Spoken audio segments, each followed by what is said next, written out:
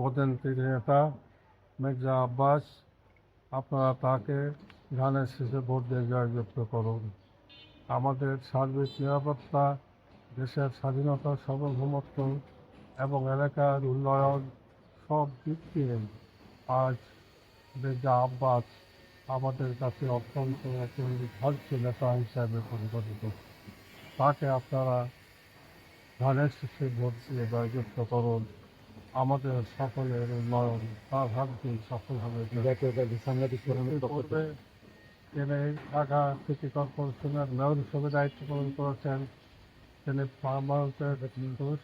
পার্লামেন্টের তিনি মন্ত্রী ছিলেন। সব ক্ষেত্রেই তার উন্নয়নের যে ইতিহাস সেটা আজও মানুষ মনে রেখেছে।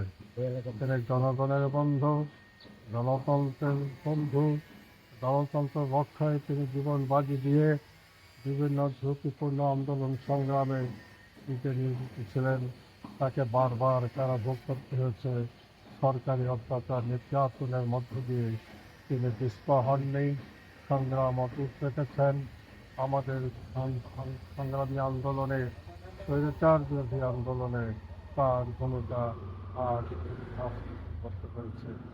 আমরা তার জন্য আপনাদের কাছে দিচ্ছে তাকে ধানের শীষের মাঝে ভোট দিয়ে সংসদীয় ৮ আসনে তাকে নির্বাচিত করে তাকে আমার সেবা তার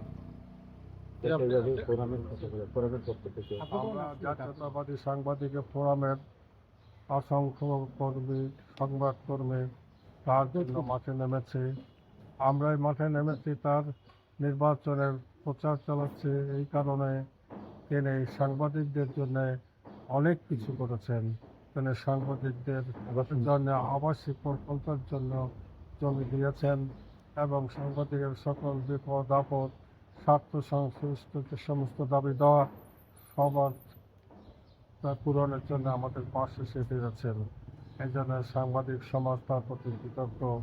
আজ সাংবাদিক সমাজ কারণ এই মহান নেতার প্রতি অত্যন্ত শ্রদ্ধাশীল এবং তাকে পার্লামেন্টে আমাদের যে সংবাদপত্রের যে দাবি দেওয়া আছে, সংবাদপত্রকে শিল্প হিসেবে গড়ে তোলার জন্য সাংবাদিকদের স্বার্থ, তাদের চাকরি নিশ্চয়তা এবং সংবাদপত্রের স্বাধীনতা যাতে রক্ষিত হয়, সেজন্য মির্জা আব্বাস আমাদের কাছে অত্যন্ত গুরুত্বপূর্ণ নেতা হিসেবে আমরা মনে করি।